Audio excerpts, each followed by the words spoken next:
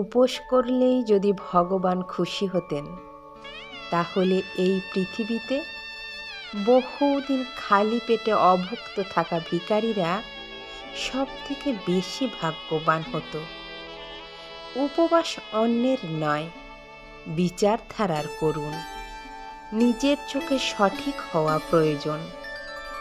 মানুষ তো ভগবানের উপরেও সন্তুষ্ট নয়। পাখি জীবন্ত অবস্থায় পিঁপড়েকে খেয়ে নেয়, আর পাখি যখন মারা যায় তখন পিঁপড়েরা তাকে খেয়ে নেয়। মনে রাখা জরুরি, সময় আর পরিস্থিতি যে কোনো সময় বদল হতে পারে। কখনো কাউকে অপমান করা উচিত নয়, কখনো কাউকে কমজোর ভাবা উচিত নয়। তুমি শক্তিশালী হতে পারো, কিন্তু সময় তোমার থেকেও বেশি শক্তিশালী। একটা গাছ থেকে লক্ষ দেশালাই কাঠি তৈরি হতে পারে, কিন্তু একটা দেশালাই কাঠি লক্ষ গাছও জ্বালাতে পারে। কোনো মানুষ যতই মহান হোক না কেন, কিন্তু প্রকৃতি কখনোই কাউকে মহান হওয়ার সুযোগ দেন না।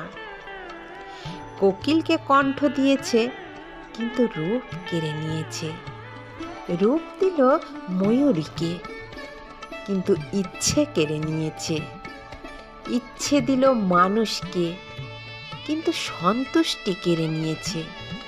সন্তুষ্টি দিল সাধুকে, কিন্তু সংসার কেড়ে নিয়েছে।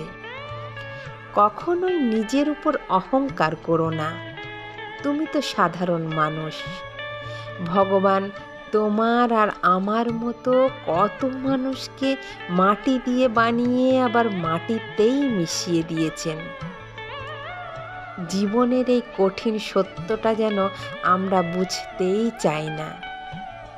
মানুষ পৃথিবীতে 3টে জিনিসের জন্য পরিশ্রম করে: নিজের নাম খ্যাত হোক, নিজের পরিধেয় বস্ত্র সুন্দর হোক, নিজের বাসস্থান সুন্দর হোক।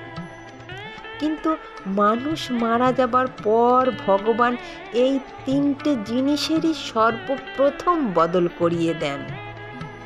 তা হলো নাম, যা হয়ে যায় স্বর্গীয়, বস্ত্র সাদা থান, আর বাসস্থান কাফিন বা শ্মশান। শেষ করার আগে সুন্দর কয়েকটি লাইন শুধু তোমাদের জন্য।